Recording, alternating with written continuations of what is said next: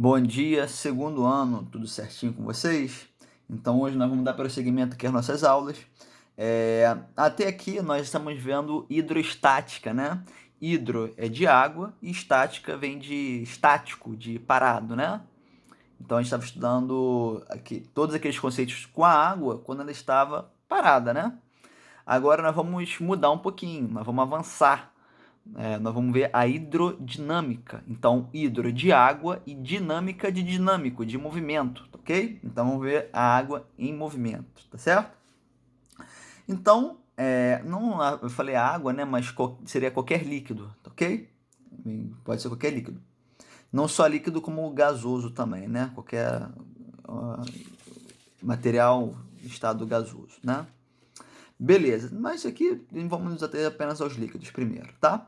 Então, para poder fazer tudo que a gente vai fazer aqui, a gente precisa levar em conta que tem que ser um líquido ideal. E o que seria o líquido ideal? Ele tem que satisfazer três condições. Ele não pode ser viscoso, tem que ser incomprensível e tem que ter escoamento estacionário. Tá, entendi tudo. O que isso quer dizer? Não viscoso. Esse aqui é o exemplo clássico, classicão. Um copo com água e um copo com mel. Você vai derramar os dois, virar os dois para baixo. O que acontece? Com a água cai no mesmo instante, correto? Com o mel não. Com o mel vai ficar agarrado no copo, né? Por quê? Porque a água, ele é um fluido não viscoso. Já o mel, ele é um fluido bastante viscoso, tá ok? Então, o líquido ideal para a gente tem que ser esse fluido não viscoso como a água, tá? Beleza. Ele tem que ser incompressível, ou seja, não dá para comprimir, tá ok? Beleza. E escoamento estacionário é o seguinte, imagine isso aqui, ó, tem um cano e por esse cano está passando água. Ao longo desse cano, não importa se as velocidades elas forem diferentes. Por exemplo, VA, a velocidade da água quando está aqui no ponto A, pode ser muito bem diferente da velocidade dela quando está no ponto B, e também pode ser diferente da velocidade da água quando está no ponto C. Não tem problema, isso pode acontecer, tá ok? Agora, para ela ser estacionária, quando a água passar no ponto A, ela sempre vai ter a mesma velocidade, a velocidade VA, ok? Quando ela passar aqui pelo ponto B, ela também sempre vai passar com a mesma velocidade aqui, velocidade VB. E quando ela passar no ponto C, ela sempre vai passar com a mesma velocidade, com a velocidade VC, tá ok? Então, VA aqui vai ser sempre igual a VA no outro momento em que uma outra parte da água passar. Mas sempre vai ser diferente de VB, não, ou pode ser diferente de VB e também diferente de VC. Beleza? Tá ok. Então, entendido isso, né, essas condições, vamos então estudar a hidrodinâmica em si, tá? Então, primeiro conceito que a gente vai ter que ver aqui é o conceito de vazão. Eu chamei aqui de Q porque é o que está no nosso livro, tá? E chamei também V de V maiúsculo e ΔT é o nosso tempo, tá? Então, isso aqui é vazão, é volume por tempo. Porque você imagina o seguinte, imagine só o seguinte. Imagine que aqui passe muita água,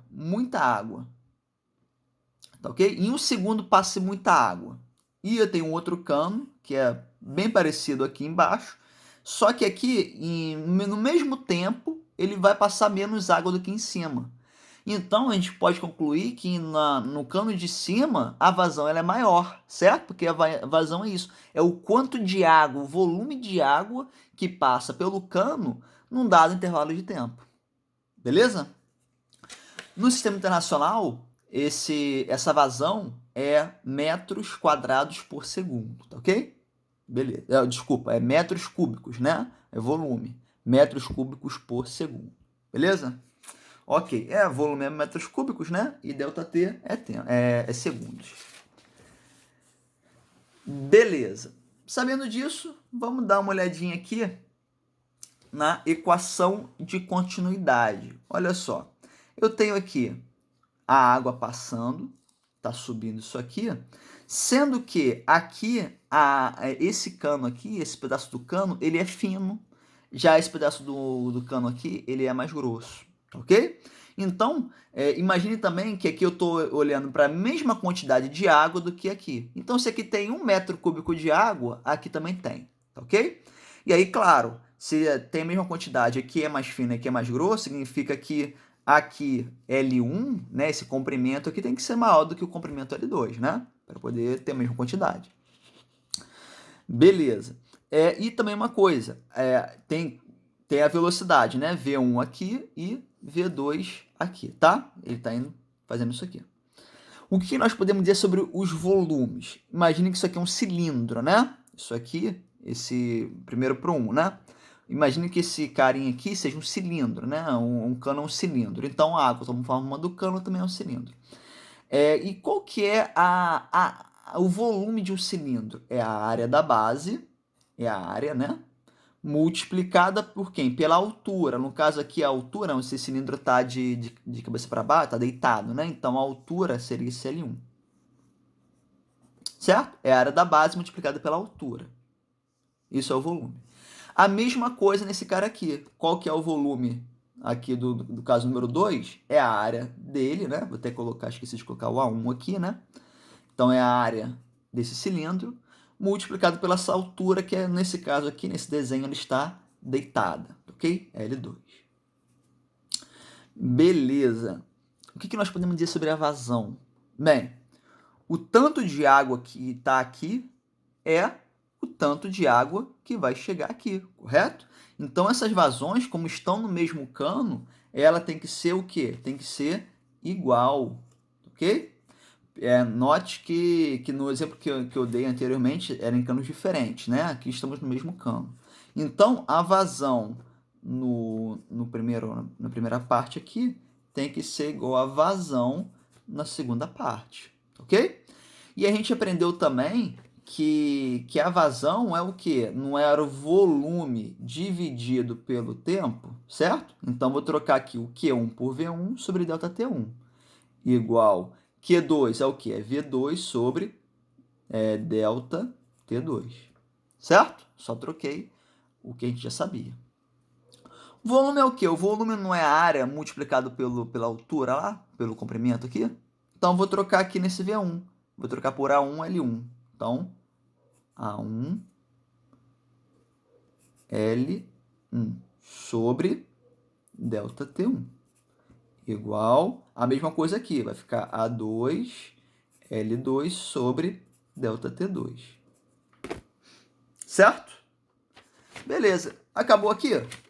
Pode ter acabado. Então, mas dá pra gente fazer mais uma coisinha. O que dá pra gente fazer? L1 é o quê? Ora, L1 é esse comprimento, né? É esse espaço aqui. E ΔT é o tempo. Lá da física 1, o que você obtém quando você divide o espaço percorrido pelo tempo em que você demora para percorrer aquele espaço? Você obtém a velocidade, isso mesmo, né?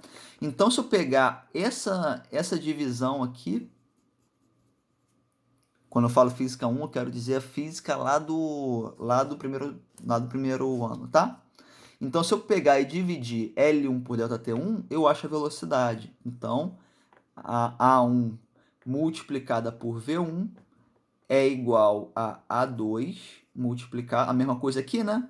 Eu vou pegar o comprimento, né, percorrido aqui na segunda parte, esse comprimento L2, e dividindo esse L2 pelo tempo que ele demorou para fazer para percorrer esse espaço, então vou achar o V2. Beleza? Aqui uma coisa muito importante, esse V minúsculo é de velocidade. O V maiúsculo é de volume, tá? Vamos convencionar isso aqui, beleza? Então, fica ligado nisso, tá? Que você pode acabar errando de bobeira por causa disso, tá? Beleza, então a gente pode fechar aqui e vai ficar muito mais simples do que se fechasse aqui em cima, né? O que isso aqui está nos dizendo?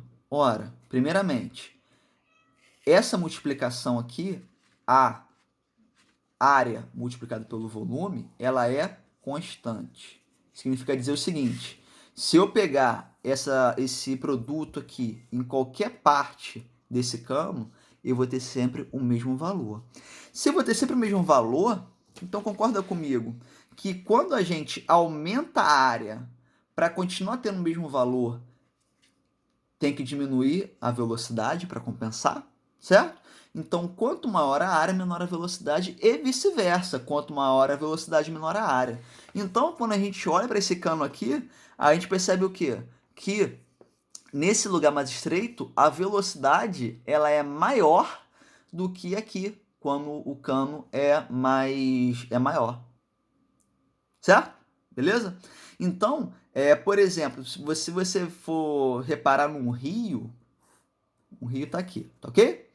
E aí, se esse rio ele começar a estreitar, a velocidade do rio aqui no estreito, ela é maior do que a velocidade da água aqui nessa parte menos estreita, né? Mais larga, certo?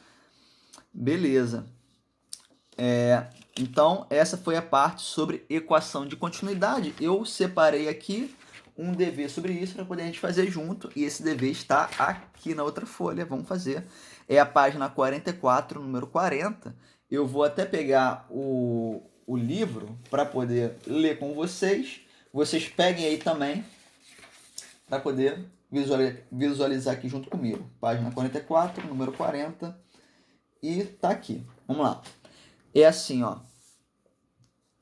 Um cano de 20 centímetros de raio, coloquei aqui já, tá? 20 centímetros de raio, completamente cheio de água em movimento, sofre um estrangulamento, né? Estrangulamento é isso aqui, ó. Quando acontece isso aqui, quando ele diminui aqui a largura, tá? Dele. De 10 centímetros. Ou seja, ele tinha 20 centímetros. Se diminuiu 10, sobrou 10, né? Então, continua aqui de raio. Raio é 10. Beleza. De raio. A velocidade da água na seção mais larga, nessa seção aqui, é de 2 metros por segundo.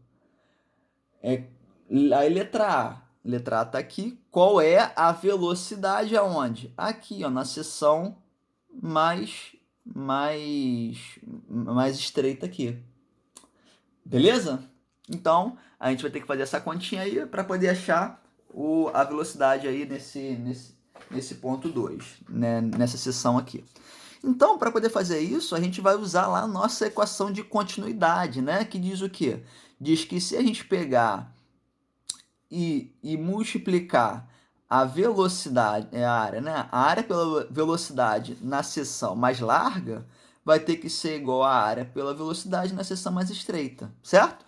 Sendo que aqui na fórmula é a área, ele não nos deu a área, ele nos deu o quê? O raio. A gente vai ter que calcular a área a partir do raio. Para quem lembra? Quem é que lembra aí como é que se calcula? A área no caso aqui de um círculo, né? É o quê? É πr ao quadrado, né? Então, a área de 1 é o quê? A área aqui dessa seção mais larga é π, multiplicado por r vale quanto? 20 centímetros, tem que passar para metro, é 0,2 metros ao quadrado. Então, a área de 1 é quanto? 0,2 ao quadrado é 0,04 π. Eu não vou trocar aqui o π por 3,14, vocês vão entender depois, que é metros quadrados, né? Vocês vão entender depois o porquê. Se não me engano, a gente fez isso, se não me engano, foi com o segundo ano mesmo, que a gente precisa fazer uma conta, eu não troquei o π, foi com o segundo ano, agora eu lembrei. E a gente não trocou o π, porque a gente cortou depois, e é o que vai acontecer aqui, a gente vai poder cortar o π, tá? Então, eu vou trocar aqui o A1 por 0,04 π. Se você... V1 é 2, né? Multiplicado por 2, igual a A2, que vale... se você usar o mesmo raciocínio, você vai ver que 10 centímetros fica como? 0,01 π. Né? Multiplicado pela velocidade aqui na região mais estreita, que é o que a gente vai descobrir agora. Né? Então, 0,01 está aqui multiplicando, passa para lá, dividindo, né? Então, 0,04 multiplicado por 2 é 0,08 π, dividido por 0,01 π, igual a V2. Tá vendo aqui? Por isso que eu não troquei, né, o π. por 3,14. Porque agora eu posso cortar. Agora, 0,08 dividido por 0,01, muito simples, vai dar 8 metros por segundo.